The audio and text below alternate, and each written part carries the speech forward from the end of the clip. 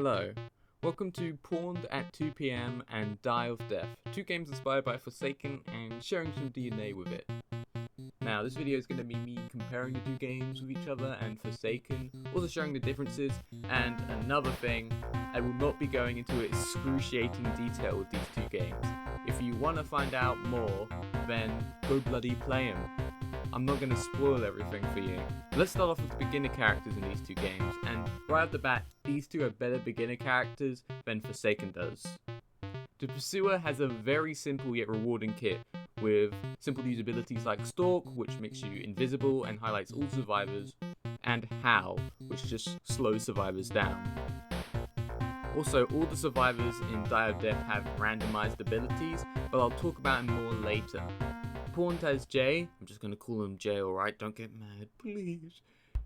Who has a teleportation ability sending him to the closest survivor, and basically warp speed override, but with greater control and no fire. For the first survivor Pwned has, it's Jacob, who has a gun and dodge roll, so when playing him, you can pretend to be playing Bloodborne. 'Tis but a scratch!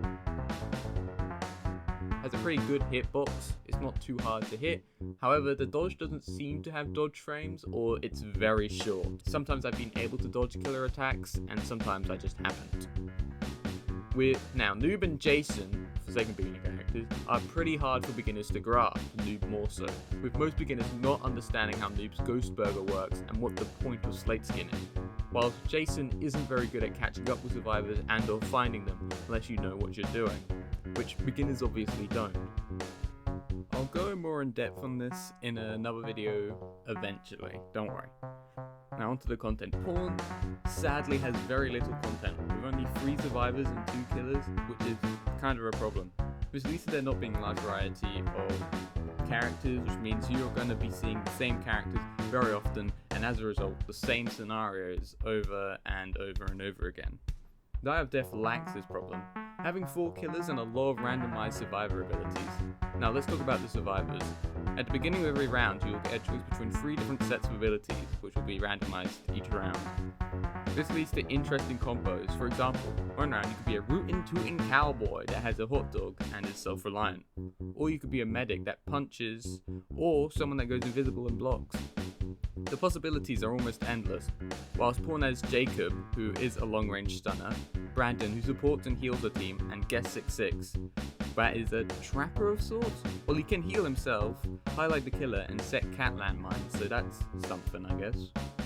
Onto maps, and another critique of Pwned I have is that the maps are mostly flat. Considering that Pwned is the only game out of Dieofdeath and Forsaken that you can jump in, I thought it'd have more vertical maps. And I'm not asking for a bloody obby, but you can jump.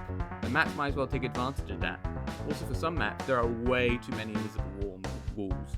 For example, the Teapot map, which is 99% invisible walls, 1% real map. I'm being hyperbolic obviously, but wouldn't it be cool if we could jump off the side of walkways onto other walkways? You know, a way to reward stamina management and skill. Anyways, I have almost no problems with the Dieofdeath maps, besides the fact that for the minor map, it's not very easy to tell that the water is rising, but other than that, I have no complaint. Alright. Final scripted point for today, originality. Dieofdeath is entirely original. It is pretending to be classic roslop with its aesthetic, but every character is mostly original. Same with the survivors. For Pwned it's not the case, but it's fine, it's inspired by Forsaken. That game doesn't have an original bone in its body. Now I'm going to be going unscripted for a little bit here. I really like the kill animations in Pwned. I think it's pretty cute, and also how you're able to tell if you can't stun a killer, because it'll have that kind of classic border around when you first spawn in classic Roblox. Also, the Pwned lobby is just amazing. It's like this weird SCP-173, yeah, I think it's the SCP-173 statue that if you run into it, it will kill you. And for both games, I really like the intro animations for every killer, which is pretty neat, pretty cool. Now, in conclusion, are these games good? Yes. but Dieofdeath is better in my opinion. It has more characters, more original ideas, and has a nice spin on survival gameplay. Whilst Pwned is certainly fun, it lacks a lot of content and doesn't have as much interesting gameplay in comparison. Again, I want to reiterate, Pwned isn't bad, it's very fun, it's just Dieofdeath is better, it has more stuff, more interesting things to do. I love Jacob though, he's so fun to play.